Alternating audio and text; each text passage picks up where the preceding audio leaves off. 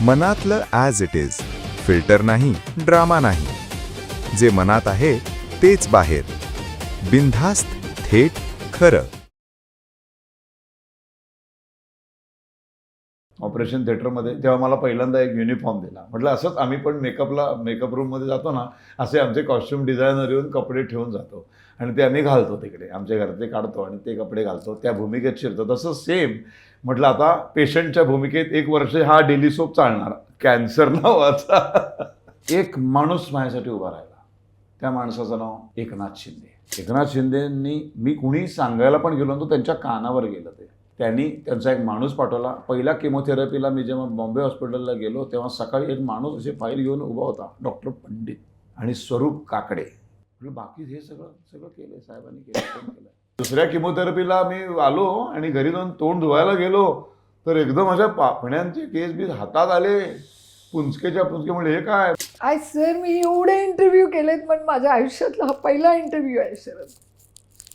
आणि म्हटलं आता लढायचं आणि ही भूमिका सुद्धा अशीच सणसणीत करायची जशा आत्तापर्यंत सगळ्या भूमिकांचं मी सोनं केलं नाही, ह्याही भूमिकेचं सोनं करून उभं राहायचं. केमोथेरपी झाली की मी घरी येऊन गोमूत्र प्यायचो. सकाळ संध्याकाळ 30 ml गोमूत्र, 90 ml पाणी घालून प्यायचं. तर तिथे एक मुलगी आली त्या रांगेतनं आणि ती आली आणि म्हणाली नाही नाही मी उभी राहते. ती उभी राहिली तर ती रडायला लागली आणि तिने एक घट्ट मिठी मारली मला. म्हटलं काय झालं एकदम? म्हटलं काय झालं तुला? ती म्हणाली नाही मी ती विद्या आहे माझ्या, मी शिकली आहे ती हिलिंग्स देण्याची. तुम्ही आजारी पडलात हे जेव्हा मला कळलं ना तर मी फेसबुकवरनं तुमचा एक फोटो काढला, त्या फोटोची फ्रेम केली आणि घरामध्ये ती समोर ठेवून मी त्या फोटोला हिलिंग्स द्यायचे. तर तुम्ही बऱ्या होण्यात माझा कुठेतरी खारीचा वाटा आहे ना. तो माणूसाचं मी आज नाटक बघितलं, एवढे पुन्हा तुम्ही रंगमंचावर उभे राहिलात. तर मला फोटो नको, मला ऑटोग्राफ, मला काहीच नको म्हणाले. मला त्या माणसाला एक घट्ट मिठी मारायची होती म्हणून मी थांबले होते. शरद, एका वेगळ्या मुद्द्याकडे मी तुला घेऊन जाऊ इच्छिते आणि तो मुद्दा म्हणजे दुसरं वादळ. हे जे तुझ्या आयुष्यात आलेलं होतं, कॅन्सरचं एक मोठं वादळ. एक ABP वरती तुझा त्यानंतर झालेला मोठा इंटरव्ह्यू होता.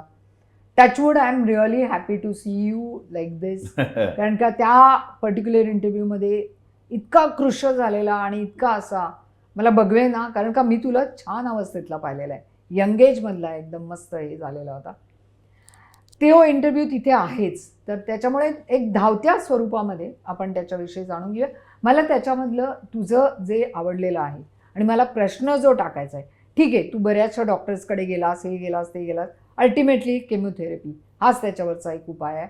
परंतु ती घेताना जे काही कष्ट असतात तेव्हा तुला जी उभारी मिळालेली आहे, असं तू त्या इंटरव्ह्यूमध्ये म्हणालेलं आहेस की सावरकरांचं माझी जन्मठेप यांनी तुला खूप अशी तुझी सहनशक्ती जी आपण म्हणतो ती खूप वाढली.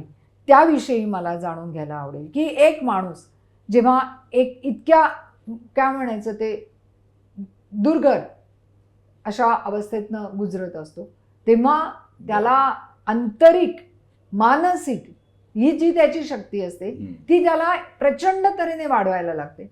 आणि ते तू कसं काय साध्य केलंस? मी म्हणा खूप सकारात्मक आहे पहिल्यापासून. माझा स्वभावच आहे की काही वाईट घडलं तरी त्यातनं कसं चांगलं बघायचं याच्यासाठी माझं सतत धडपड चालू असते. हा एक माझा स्वभावाचा मोठा प्लस पॉईंट आहे ज्याचा मला फायदा झाला. पण कॅन्सरसारखा रोगच असा आहे की ते ऐकलं नाही. ज्या दिवशी आपण ऐकतो, जेव्हा डॉक्टर सांगतात तुम्हाला पहिल्यांदा, त्याच्यानंतर माणूस कितीही स्ट्रॉंग असला तरी तो खचतो. तसा मी खचलो, माझ्याही पायाखालची जमीन सरकली. पण हे सगळं 1 ते 1.5 दिवस फक्त. त्याच्यानंतर मी सावरलो. म्हटलं आता ते जो माझा स्वभाव उपयोगी पडला की चल आता हे झालंय, हे नाही बदलू शकत, तू पुढं कसं जायचं, फाईट पुढं कसं जायचं. डॉक्टरांना म्हटलं आता ते ठीक आहे ना, आता त्याच्यावर चर्चा करून काही उपयोग नाही, पुढं कसं जायचं, त्यासाठी काय काय करायचं आहे आपल्याला. मग त्यांनी सगळे उपाय सांगितले, हे करायला लागेल, ते करायला लागेल, तुम्हाला पहिलं ॲडमिट व्हावं लागेल, केमोथेरपीशिवाय दुसरा पर्याय नाही आहे, सगळं झालं. मग त्या सगळ्या गोष्टी घरी येऊन सगळ्यांना बसवलं, आईला, बायकोला, मुलांना, त्यांना सगळ्यांना नीट सांगितलं. त्यांना सगळ्यांना मीच धीर दिला. ते एकदम कोलमडले, सगळे रडारड सुरू झाली. तर सगळ्यांना मी जवळ घेतलं. म्हटलं काही होत नाही आहे, एक छोटीशी सक्तीची 1 वर्षाची सुट्टी आहे आता मला. मालिका करत होतो विद्याधर पाठारेची, त्याला फोन केला, त्याला सांगितलं असं असं झालं आहे. तर तो म्हणाला हायला यार, म्हणजे तो पण खचलाच एकदम. मुख्य भूमिका कुठली मालिका होती? आम्ही दोघी, झी युवाला होती ती.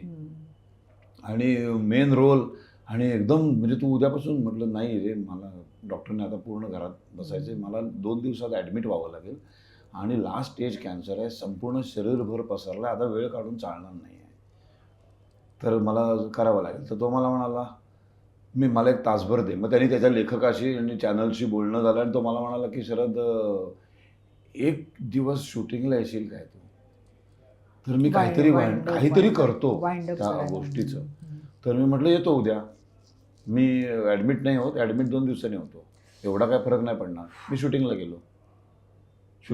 त्यांनी 4 सीन शूट केले आणि त्या शूटमध्ये असं झालं की एक कुठली तरी मोठी मला हे मिळाली आणि मी त्या बिझनेस याच्यासाठी परदेशात निघालो आणि मी बॅग घेतली, परदेशात गेलो. पुढे तो म्हणाला परदेशात नाही की नुसता फोन येईल की ते गेले तिकडेच आणि आपण हा विषय संपूया, असं त्यांनी बिचाऱ्यांनी ती मालिका संपवली. बिचारा मी सॉरी विद्याधर, म्हणजे काय करू मी पण ते इतकं भयानक होतं सगळं. ते संपलं. अजून एक सिनेमा होता, त्या सिनेमाचा एक सीन बाकी होता. त्यांना फोन केला, म्हटलं काय करूया? तर ते म्हणाले आता काय करणार? म्हटलं नाही करूया ना, ते आपण काम करून संपूया. म्हटलं हे 2 संपवतो, जबाबदाऱ्यातनं मोकळा होतो. डबिंगला बघू आपण काय करायचं ते. डबिंग काय अगदीच मला नाही जमलं तर कोणतरी करू शकेल. आणि एक नाशिकचा एक सिनेमा होता. असे 2 सिनेमे आणि 1 मालिका. मी ते पुढच्या 3 दिवसात संपवलं सर्व ते आणि मग मी ॲडमिट झालो. आता अत्यंत पॉझिटिव्हली घेतलं. म्हटलं चला ही एक धमाल आहे एक आयुष्यामध्ये. म्हणून मी पुस्तकात लिहिलं आहे की म्हटलं मी अभिनेता आहे. मी थिएटरमध्ये पोचलो, ऑपरेशन थिएटरमध्ये. तेव्हा मला पहिल्यांदा एक युनिफॉर्म दिला. म्हटलं असंच आम्ही पण मेकअप रूममध्ये जातो ना, असे आमचे कॉस्ट्युम डिझायनर येऊन कपडे ठेवून जातो आणि ते आम्ही घालतो तिकडे, आमच्या घरातले काढतो आणि ते कपडे घालतो, त्या भूमिकेत शिरतो. तसं सेम म्हटलं आता पेशंटच्या भूमिकेत 1 वर्ष हा डेली सोप चालणार, कॅन्सर नावाचा. इतका मी पॉझिटिव्ह आहे, इतकं मी त्याच्याकडे त्या पद्धतीने बघायला सुरुवात केली. आणि माझ्या डोक्यात तात्याराव तर असतातच. म्हटलं आता काय करावं, तात्यारावांचा वेळ ना, आता असंख्य गोष्टी वाचायच्या बाकी आहेत, त्या सगळ्या वाचून काढू, नवीन नवीन विषय तयार करू आणि प्रचंड जगायची प्रचंड इच्छा. जगायचंच आहे मला देव देश धर्म या 3 शब्दांसाठी प्रचंड काम करायचं आहे. मला राष्ट्रासाठी काहीतरी करायचं आहे, मला हिंदू धर्मासाठी काहीतरी करायचं आहे, मला राष्ट्रासाठी माझं योगदान द्यायचं आहे. मग त्याशिवाय मी मरणार नाही. म्हटलं हे आता गेलो तर याला काय अर्थच नाही राहणार. काय केलं मी आत्तापर्यंत? केलंच पाहिजे हे काहीतरी. प्रचंड मोठ्या हातून मोठं काम व्हायला पाहिजे. ईश्वरा मला वाचव. आणि मग आता वाचवायचं कसं, ह्याच्यातनं बाहेर कसं पडायचं, ह्या सगळ्याकडे सकारात्मक कसं बघायचं. म्हणजे एकमेव माणूस आहे, 11 वर्ष काढलेत ज्यांनी 7/11च्या कोठडीत अनन्वित अत्याचार सहन करत ज्या माणसाने 11 वर्ष काढले, त्याचे अनुभव वाचायला घेऊ. जन्मटेप वाचायला घेतली, 5व्यांदा वाचायला घेतली. त्या कुठल्या तरी चॅनलवर माझ्या आवाजात अख्खं पुस्तक आहे अवेलेबल, स्टोरी टेलवरती. जन्मटेप अख्खं माझ्या आवाजात आहे स्टोरी टेलवर, तुम्ही कधी ऐकू शकता ते. त्यामुळे अनेक वेळा वाचले, तर परत एकदा वाचायला घेतलं आणि मग त्याच्यातून म्हटलं ह्याच्यासमोर आपले फालतू आहे. ह्या वेदना इतक्या फालतू आहेत की तो माणूस कोलू ओढत होता, त्याला बेड्या उभी बेडी आडवी. उभी बेडी म्हणजे असं भिंतीला वरती 2 खिळे असतात, तुमच्या बेड्या अशा खिळ्यात अडकवतात. खाली तुमच्या पायाला 2 बेड्या असतात, त्याच्यामध्ये एक अशी लोखंडी शीग असते आणि असं तुम्हाला लॉक करतात आणि निघून जातात. 3 दिवस माणूस तसाच असतो, असाच्या असा असतो. त्याच्यातच त्याला लगवी लागली, संडासला लागली तर त्याच अवस्थेत तसंच करायचं असतं त्यांनी. 3 दिवसानंतर ती बेडी काढतात, तर धाडकन बॉडी पडल्यासारखं तो कोसळतो, त्याला फरफटत घेऊन टाकून देतात. हे सगळं मी वाचलं आणि मी म्हटलं हे लोक देशासाठी करत होती, मला माझ्यासाठी जगायचं आहे. कारण मी जगलो आणि मी जर स्ट्रॉंगली उभा राहिलो तर मी राष्ट्रकार्य काहीतरी करू शकेन, तर मी विचार पोचवायचं काम करू शकेन. ही सेकंड इनिंग मला मिळालीच पाहिजे, मला बॅटिंगला संधी मिळालीच पाहिजे at any cost. Second thing, माझी बायको ती शिवयोगी आहे, तिने ध्यानधारणा आणि ती हिलिंग्स वगैरे देण्याचं काय काय काम करते. इकडे तात्यारावांचं हे अख्खी फॅमिलीला मीच सपोर्ट केला. म्हटलं उभं राहायचा पोरांनो. मुलांना सांगितलं म्हटलं काळजी नाही करायची, बाप असा जाणारा नाही आणि असा घाबरणारा नाही. लढाई सगळ्या प्रकारच्या लढाई आपण लढल्या, ही पण लढायची आहे, तुमची साथ पाहिजे. माझ्या पोरांनी अभूतपूर्व साथ दिली मला. माझी मुलगी 12वीमध्ये होती, 12वी सायन्स, तिला पायलट व्हायचं होतं. पायलट होण्यासाठी उत्तम मार्क लागतात, त्याशिवाय तिकडे ॲडमिशन मिळत नाही. पायलट व्हायला अमेरिकेत जायचं होतं. अमेरिकेत जाण्यासाठी 1 कोटी उभे करायचे होते आणि 19 साल अख्खं 1 रुपया पण मी कमवला नाही. एकमेव माणूस 25 वर्ष अख्खं घर चालवतोय. माझे इन्कम सोर्स बंद झाला. माझ्या बँकेतले सगळेच्या सगळे पैसे माझ्या किमोथेरपी आणि याच्यामध्ये संपले. कुठली संस्था नाही का उभी राहिली? नाही, कोण येत नाही. एक माणूस माझ्यासाठी उभा राहिला. त्या माणसाचं नाव एकनाथ शिंदे. म्हणून मी आज त्यांच्याचबरोबर आहे. एकनाथ शिंदेंनी, मी कुणी सांगायला पण गेलो नव्हतो, त्यांच्या कानावर गेलं ते. त्यांच्या कानावर गेलं.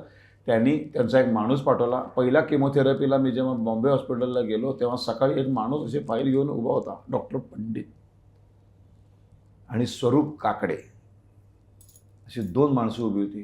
शरद वंशी, मी टॅक्सीतनं उतरलो. त्याला काही करायचं नाही, 10वा मजला 1053 रूम नंबर आहे, तुम्ही जाऊन झोपायचं डायरेक्ट.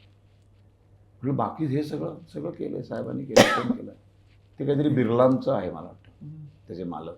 बिर्लाला फोन केला शिंदे साहेबांनी, माझा भावासारखा माणूस आहे, हा बरा व्हायला पाहिजे आणि तुमची ज्या फीज आहेत ना, एकेका किमोथेरपीला 80-80 हजार फक्त किमोथेरपी, प्लस औषधं वेगळीच, प्लस ती रूम जनरल वॉर्डमध्ये नाही राहू शकत, मग तो सेपरेट वॉर्ड, मग त्याचे वेगळे पैसे असतात.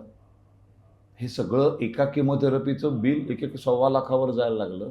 त्याच्यानंतर परत जर तुम्हाला जी औषधं आहेत, 7-7 दिवस 8-8 दिवस रोज इंजेक्शन द्यायला एक बाई नर्स ठेवली, ती येण्या जाण्याचे रोजचे 100-150 रुपये. ते जे औषध हे इंजेक्शन असतं ते वेगळं, आणि अनंत गोष्टी आहेत, अनंत चुराडा पैशाचा. सामान्य माणसाला होऊच नये, देवाकडे प्रार्थना आहे माझी, कुठल्याही सामान्य माणसाला होऊ नये. 0वर आलो मी, बँक बॅलन्स सगळा. म्हणजे शिंदे साहेबांनी मदत केली, ते पैसे कमी केले, त्यातले कित्येक पैसे शिंदे साहेबांनी हॉस्पिटलमध्ये भरलेत. त्या उपर माझे जे खर्च झाले त्याच्यातून माझा बँक बॅलन्स 0वर आला. मुलगी माझी हॉस्पिटलमध्ये माझ्याबरोबर बसून अशा वातावरणात 12वीची परीक्षा पास झाली. 12वी सायन्सला 87% मार्क काढले. 10वीला तिला 94 होते. त्याच्यानंतर पायलटचं तिने सगळ्या परीक्षा घरात बसून ऑनलाईन परीक्षा दिल्या, सगळे अभ्यास केला. आणि जेव्हा तिच्या लक्षात आलं की हा सगळा खर्च पायलट होण्याचा 1 कोटीवर जाणार आहे, तर तो कसा बाप आपला देणार. मला म्हणाले मी सोडते हे स्वप्न माझं. दुसरी इयत्तेपासून मला विमान चालवायचे म्हणायची. म्हटलं वेडी आहेस काय तू, हे राहतं घर विकू आपण, एक छोटंसं 1 रूम किचन घेऊ, भाड्याने राहू 5-10 वर्ष पुढची. हे घर विकलं, ह्याचे साधारण बोरवेल 2 BHKचा 1.25 ते 1.5 करोडपर्यंत मिळतील. तुझं अख्खं पायलटचं शिक्षण पूर्ण झालं. शरद मानलं यार. तू काळजी नका रे म्हटलं, पोरीला सांगितलं नाही. म्हणून ती पोस्ट टाकली होती जेव्हा ती पायलट झाली ना, तेव्हा मी म्हटलं होतं ना की आज मला जो अभिमान वाटतो बाळा, तू हे सगळं केलंस, हे पैसे उभे राहिले, आणि फक्त मी एक शेवटी अशी कुठल्याही सवलती आणि कुठल्याही आरक्षणाशिवाय हे तू साध्य केलंस. खरं तर ह्याचा वेगळा ह्याच्यातनं स्फूर्ती घेतली पाहिजे लोकांनी. तर लोकांनी त्याला ट्रोल केलं, शिव्या दिल्या. अरे ह्याच्यातनं शिकलं पाहिजे की कुठल्या परिस्थितीतून उभं केलं आहे माणसाने, कसं उभं केलं असेल. 50 लाख DNS बँकेचं एज्युकेशन लोन काढलं, वरचे 50 लाख मी उभे केलेत. म्हटलं घरदार विकीन, मी गाडी विकीन, काय होत नाही. जायचो की पूर्वी बसनी, रेल्वेनी, काय फरक पडतो. हॅट्स ऑफ तिवार, हॅट्स ऑफ तिला. असं करून मी ते सगळं उभं केलं. आज ती पोरगी माझी पायलट झाली, नंतर ती पायलट म्हणजे इन्स्ट्रक्टर झाली. हे सगळं तिने इतक्या वेगाने केलं, तिच्या डोक्यात सतत होतं माझ्या बापाने ना कुठल्या परिस्थितीतून मला उभं केलंय. 5 ऑगस्ट 2019ला माझी शेवटची किमोथेरपी संपली, आणि 5 ऑगस्ट 2019 आणि 29 सप्टेंबर 2019ला मी शुभारंभाचा प्रयोग केला. त्याच्यात मला हेपेटायटिस B झाला. माझ्या पोटात 5.5 लिटर पाणी एवढं पोट, 9 महिन्याच्या गरोदर बाईसारखं, एक पाय हत्ती रोगासारखा पाय, कुठलेही कपडेच घालता यायचे, नुसती लुंगी गुंडाळायची, कपडेच नाही त्या मापाचे, आणि वर एवढंच, एवढीशीच मान, एवढंच चेहरा, सगळे केस गेलेले, बोया गेल्या. ती तर गंमतच आहे. दुसऱ्या किमोथेरपीला मी आलो आणि घरी जाऊन तोंड धुवायला गेलो तर एकदम अशा पापण्यांचे केस बीस हातात आले, पुंचकेच्या पुंचके. म्हणले हे काय? मुलाला म्हटलं बाईक काढ, न्हाव्याकडे जाऊ. आणि आम्ही सलूनमध्ये गेलो आणि सलूनमध्ये त्याला म्हटलं मस्त गोटा कर, चकाचक तुळतुळीत गोटा झाला. आणि मी त्याच्यात म्हणून पुस्तकात लिहिलंय की थिएटरमध्ये गेलो जेव्हा हॉस्पिटलमध्ये, तेव्हा वेशभूषा झाली भूमिकेची आणि आता माझी रंगभूषा झाली. आता मेकअप तयार झाला. आता मी खऱ्या अर्थाने पात्र रंगवायला आज मी उभा राहिलो. आय सर, मी एवढे इंटरव्ह्यू केलेत पण माझ्या आयुष्यातला हा पहिला इंटरव्ह्यू आहे शरद. आणि म्हटलं आता लढायचं आणि ही भूमिका सुद्धा अशीच सणसणीत करायची जशा आतापर्यंत सगळ्या भूमिकांचं मी सोनं केलं नाही, ह्याही भूमिकेचं सोनं करून उभं राहायचं. उभा राहिलो मी. असं पोट असताना मी तालमीला जायचो. पूर्वीच्या काळामध्ये असं खाली गादी घालून बसून पुढे एक डेस्क असायचं माहितीये लिहायसाठी. तर तो नेपथ्यकाराने तसा डेस्क लिहिला. अरे म्हटलं मी खाली नाही बसतायत मला, मग हे घेऊन मी खाली बसू शकत नाही, मी पायरी चढू शकत नाही, उतरू शकत नाही. मग त्याला असं एक मोठं खाली लाकडं लावून ते उंचावर आणलं. असं कधी नसतं, पण आम्ही म्हटलं बरोबर ते काय लोकांना वाटेल ते वाटेल. प्रयोग सुरू झाला आणि पहिली एंट्री झाली स्टेजवर. त्या अवस्थेतला मला बघून लोकांनी माझं जे वेलकम केलं ना नाशिकला, पहिला शुभारंभ कानेटकरांच्या गावात, पब्लिक उभं राहिलो आणि टाळ्यांचा कर, ती माझी खरी किमोथेरपी. मग रंगाचा फोन आला. रंगा म्हणाला की आपला सतीश राजवाडे तो नेमका चॅनलचा प्रमुख झाला आणि त्यांनी ठरवलं की अग्निहोत्राचा दुसरा भाग करूया. श्रीरंग गोडबोले म्हणाले शरद करशील काय रे? म्हटलं अरे आता अशी परिस्थिती आहे. तर तो मला म्हणाला तुझ्या कलेनं आपण शूट करूया. म्हटलं चालेल. मी तसाच जायचो शूटिंगला. तुम्ही पहिले जर दुसरा भाग अग्निहोत्र सेकंड पार्टचे पहिले काही एपिसोड बघितले तर मी भयंकर दिसतो. आणि मी अर्धा पाऊण तास शॉट दिला ना की मला एवढा दम लागायचा की मी रंगाला त्याच अटीवरच म्हटलं तर मला ना मला दम लागला की मी सांगत जाईल डायरेक्टरला मला मेकअप रूममध्ये अर्धा पाऊण तास झोपायला द्या. असं चालणार असेल तर तुम्हाला चालेल. तोपर्यंत आम्ही असं तसंच शॉर्ट डिव्हिजन आपल्याला करता येतं ना की शरदचा शॉट घ्यायचा, शरद थकलो म्हणला की अर्धा पाऊण तास दुसऱ्यांचे क्लोज, आणि तेही झाले तर बसून राहायचे मग अशी लोक. आणि मग हळू असा असिस्टंट डायरेक्टर यायचा, दादा करूया, हां चला करूया, परत उभं राहायचं. असं ते नाटक आणि ते करत करत करत, आणि तीच खरी एनर्जी आहे, ती खरी किमोथेरपी. आणि जो उभा राहिलो राब राब राब. आणि डॉक्टर शैलेश देशपांडेंसारखा एक देव माणूस भेटला पुण्याचा, डॉक्टर होमिओपॅथीचे, आणि त्यांनी तर म्हणजे माइंड ब्लोईंग. जे लिव्हर माझं ट्रान्सफर करा असं मला क्रिटिक केअर पार्ल्याच्या हॉस्पिटलमध्ये एका सर्जननी सांगितलं. ह्याच्यावर उपाय तुमचं लिव्हर पूर्ण डॅमेज आहे, तुम्ही आता डोनर शोधा. आता लिव्हर आणायची कुठून? पण लिव्हर द्यायला प्रचंड पैसा लागतो त्याला, किडनीपेक्षाही जास्त पैसे लागतात. बरं एक तर मिळत नाही बरं का. बरं ती लिव्हर नुसतं देणारा माणूस मिळत नाही, ते आपल्याला मॅच व्हावं लागते. बरं किडनी दोन असतात, एक देणारा माणूस एक किडनी दिली तरी जगतो, लिव्हर एकच असते हो जगात आपल्या शरीरात, ती कोण देणार? डॉक्टर देशपांडे म्हणजे काय गरज नाही, लिव्हरला काय नाही, हेच लिव्हर आपण नॉर्मलला आणू. आणि होमिओपॅथीने सप्टेंबरपासून ते आज तागायत, म्हणजे सप्टेंबर 19 पासून ते 24 पर्यंत त्या डॉक्टर देशपांडे, शैलेश देशपांडेंचे होमिओपॅथीच्या साबुदाण्याच्या गोळ्या खातो मी, बाकी मी काही औषध घेत नाही. पुण्याला असतात. आणि किमोथेरपीमध्ये गोमूत्र, हो तू त्याच्यामध्ये मी गोमूत्र, किमोथेरपी झाली की मी घरी येऊन गोमूत्र प्यायचो. सकाळ संध्याकाळ 30 ml गोमूत्र, 90 ml पाणी घालून प्यायचं. प्युअर वशिंडी गाय असते ना, पाठीवर असा उंचवट असतो गावठी गाय, तशी, त्या प्लेन गाई नव्हे, हायब्रिड गायला गाई नव्हे, तर अशा वशिंडी गायचं रोज ताजं गोमूत्र सकाळ संध्याकाळ प्यायचो. प्रचंड एनर्जी यायची माझ्या. मग मी प्रबोधन का टाकलेला, असं मास्क लावलेला पूर्ण टाकून एक कॅप घालायची, पहिल्या रंगात सगळी नाटकं बघितली, सिनेमे बघितले, मॉलमध्ये गेलो, रोज 1 तास ड्राईव्ह करत फिरायचो, बायकोला बाजूला बसवायचो, काय झालं तर आहे बाजूला, आणि असं मस्त गोरेगाववर फटका मारून यायचो गाडी ड्राईव्ह करत. काय नसतं, माणसा एवढा भयंकर किडा नाही दुसरा जगात. माणूस सगळ्यांना संपवू शकतो, तर माणसाला संपवणारा किडा अजून जन्माला यायचा आहे. त्यामुळं कॅन्सर तुम्हाला नाही संपवत, तुम्ही तुम्हाला संपवता. पहिली गोष्ट आपण घाबरतो, आणि ते घाबरून आपण पूर्ण खच्चीकरण होतं, मानसिक इतकं खच्चीकरण होतं, फक्त आपलं नाही अख्ख्या कुटुंबाचं, आणि त्याच्यातनं माणूस वरच येत नाही. 2 गोष्टी प्रचंड पाहिजेत की कॅन्सर आपलं काही वाकडं करू शकत नाही, हे डोक्यात फिक्स करा. हे कोणी ऐकतील आज त्यांच्यासाठी सांगतो. दुसरी गोष्ट, काउन्सिलिंग पण देतो. दुसरी, आता मी हे सगळं अनेक पेशंटशी बोलतो, अनेक पेशंटशी बोलतो, माझं काम, माझं कर्तव्य आहे ते. आणि दुसरी गोष्ट, हे आयुर्वेदिक आपले जे पूर्वापार काही उपचार आहेत, म्हणजे गोमूत्राचा पिणं किंवा तुळस, कडुनिंब आणि बेलपत्राचा रस एकत्र करून तो सकाळ संध्याकाळ बायको करून द्यायची, आई करून द्यायची.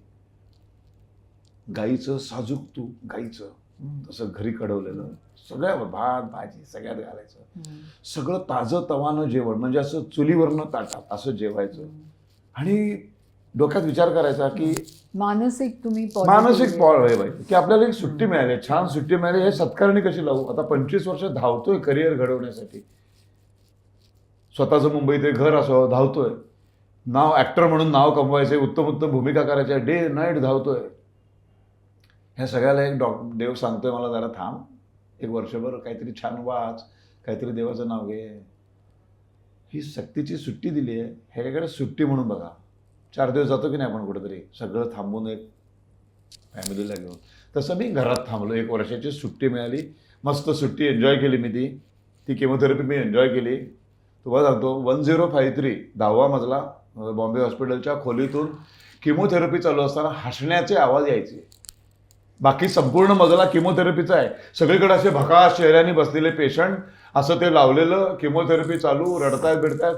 1053 मधून हसण्याचा आवाज यायचा. त्या आईला ती नर्स येऊन विचारायची, अरे काय माणसं आहेत का कोण? 2 ऑडिशन घेतलेत मी तिथे.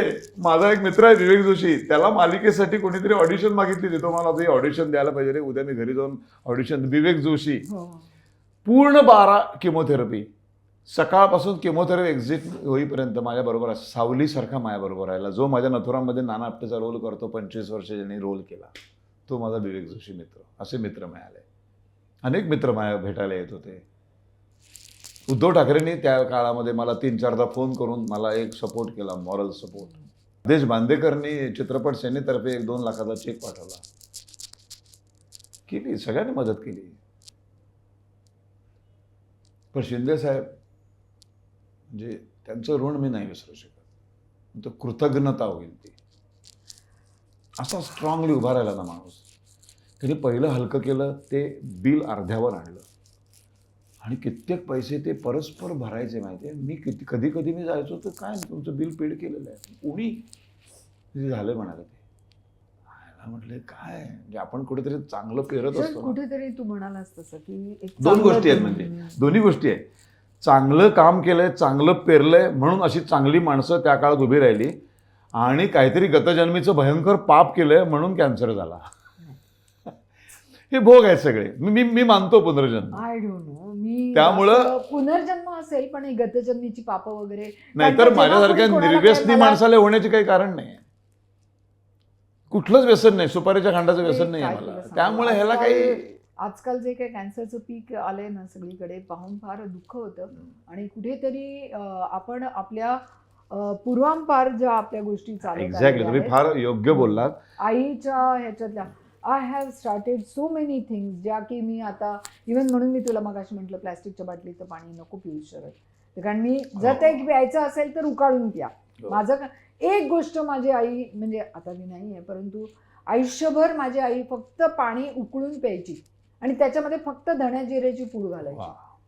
म्हणजे, आणि हे जे तू गोमूत्राचं बोललास, आय स्टील रिमेंबर, माझी आजी एकदा, असं मला तो इन्सिडन्स आठवतोय, ती गाय अशी होती आणि ते गोमूत्र असं, म्हणजे ती लाईक ती मुतत होती गाय तिथं. माझी आजी धावली, तिने असं पकडलं आणि शी ड्रँक इट, आणि म्हटलं शी काय करते तू हे, असं म्हणून. आणि आज जेव्हा तू हे बोललास तेव्हा मला तिचे ते शब्द आठवले.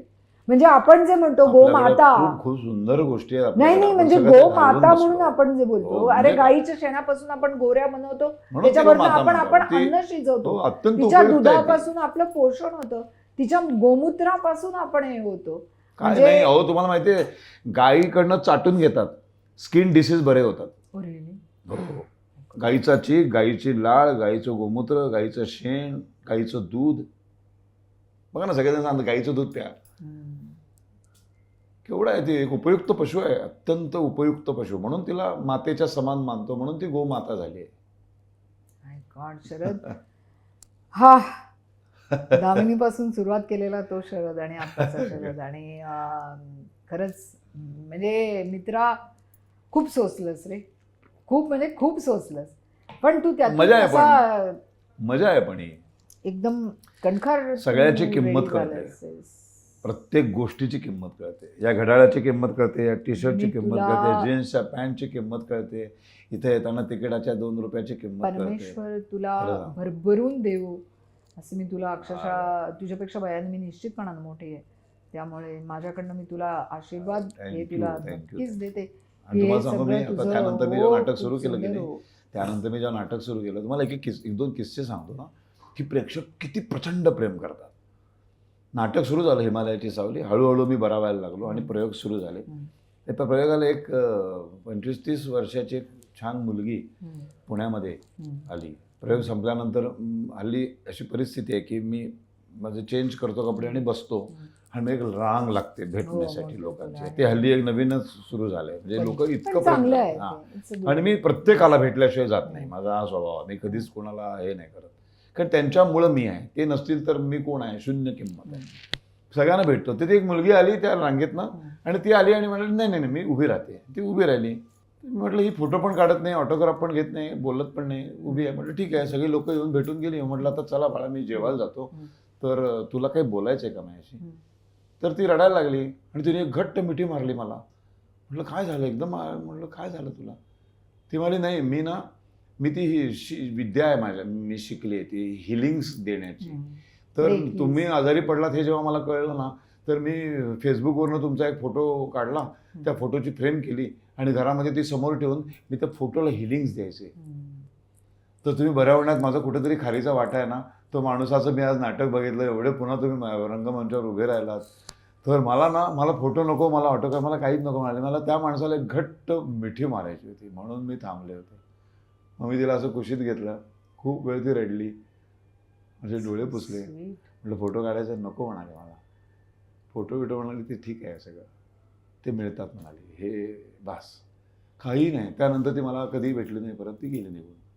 एक ग्रुप होता, मी कोथरूडला कुठेतरी असं जात होतो, तर 1-2 बायकांचा ग्रुप धावत आला, म्हणाला आम्ही सगळ्या जणींनी नवस बोलला होता, आमच्या पुंक्षेनं बरं करा, कारण ते जे काम करतात ना, ते करणारा माणूस गेला नाही पाहिजे एवढ्या लवकर. हे अशा हजारो करोडो लोकांच्या पाठी आशीर्वाद आहेत, इच्छा आहेत, सदिच्छा आहेत, त्यांच्या पण उभा आहे. त्या सावरकरांच्या पण इच्छा प्रश्नच नाही, आहेत, तो आत्मा उभा तुकारामांच्या पण आहे, इच्छा आहेत. अनेक जण उभे आहेत पाठीशी. तू मध्यंतरी कोरोनाच्या नंतर इव्हन चितळेंना भेटून त्यांच्याकडनं चितळे एक्सप्रेस हो, आणि हे माझ्या सुरू कानावर केलं आलेलं होतं, होतं. पण ते Yes. आम्ही जरा लॉस गेलो त्यामुळे बंद केलं ते. पण तुम्ही त्याच्यात तू काही एक आम्हाला लोकांना फार पण ते सुरू हे केलं मिळावं होतं, म्हणून हो, ती- पण ती ते पण एक नाही झालं. मुवमेंट तू चालू केलं केलेली होतं, पण ते होतीस. यशस्वी नाही झालं, त्यामुळे ते सोडून दिलं. ठीक आहे, सगळीकडे पण काही यश तरी मिळतं. तुझा त्याच्या पाठचा हेतू जो होता, हो, खूप तो आम्ही प्रयत्न एक, केला. पण सुरेख होता.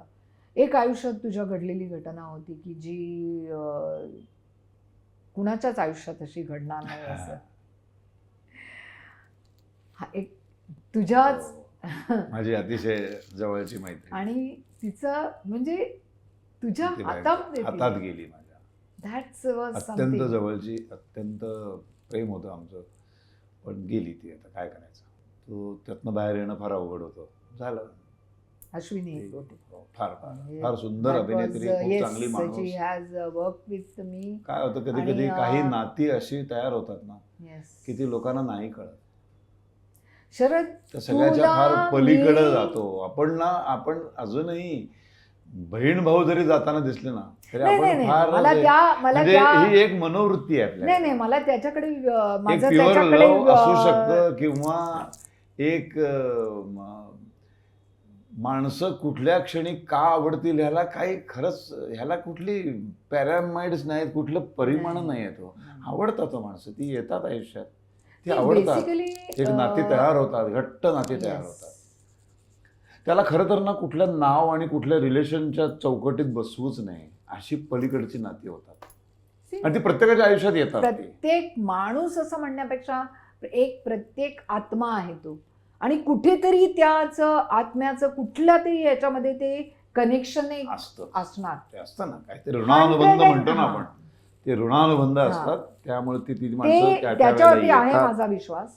का म्हणजे माझा ह्याच्यावर विश्वास नाही, कारण का काय होतं माहितीये, एखाद्याला काय झालं किंवा अरे त्याचं मागच्या जन्माचं पाप, अरे कुठे मागच्या जन्माचं पाप या एका ठिकाणी तुम्ही असं म्हणता या जे काही केलं ते याच जन्मात भोगायचं, याच जन्मात हे, मग संपलं ना, बाकी शून्य राहिली ना, बेरीज होता बाकी शून्य आली ना. ह्याच्यावरती विवेकानंदांचं फार छान विवेचन आहे. विवेकानंदाने अमेरिकेत जाऊन जी युरोपात जी भाषणं केली त्याच्यात पुनर्जन्मावर फार जबरदस्त बोलले. मी तुम्हाला देईन नंतर ते वाचायला. मला फारच solid बोलले. टेक्स्ट कर पुस्तक Solid बोलले ते. डेफिनेटली कारण ख्रिस्ती धर्म आणि इस्लाममध्ये पुनर्जन्म मानत नाही आणि आपल्याकडे ते मानतात. खूपच. हां. आणि मला त्याचं रिझनिंग जे हां. देतात ना याचं, हां. ते कुठेतरी पडत नाही. Anyways that's a very different हो. मुद्दा. शरद, माझ्या आयुष्यामध्ये मी एवढे इंटरव्ह्यूज केले, आत्ताच नाही, मागे पण दिलखुलासमध्ये पण केलेले होते, ते जास्त करून पॉलिटिकल असायचे. आज माझ्या डोळ्यात पाणी आलं, ते केवळ तुझ्यावरच्या हार्ट टू हार्ट प्रेमामुळे आलं. प्रश्नच नाही.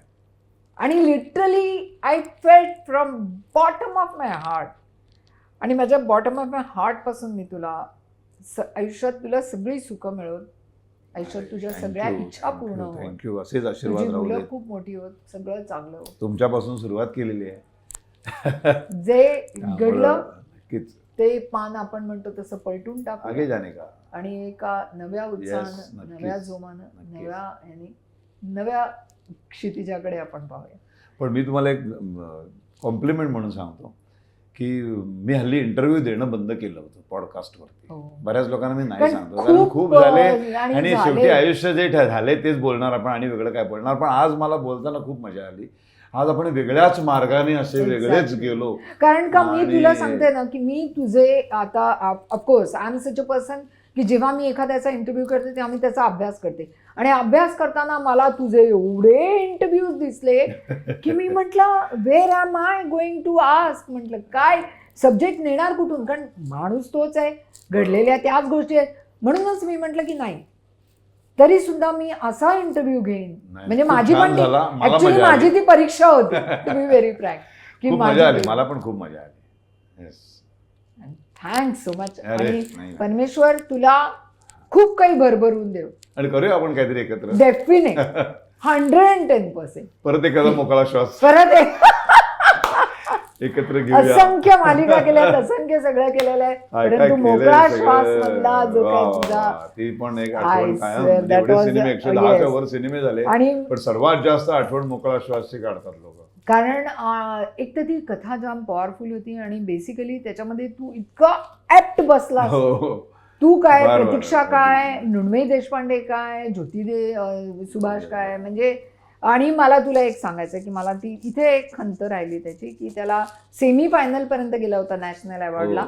आणि त्याला अजून म्हणजे त्याला नाही मिळालं नॅशनल अवॉर्ड. रादर कदाचित माझ्या नशिबात नसेल ते, परंतु मला एवढ्या फिल्म सुंदर सुंदर केल्या, पण तू नॅशनल अवॉर्ड पण रसिकांनी त्या सिनेमाला खूप अवॉर्ड दिले प्रेक्षकांनी, आणि जे आजही लोक अनडाऊटेबली माझ्या गाजलेल्या भूमिकांमध्ये आवर्जून त्याचा उल्लेख असतो. अनडाऊटेबली.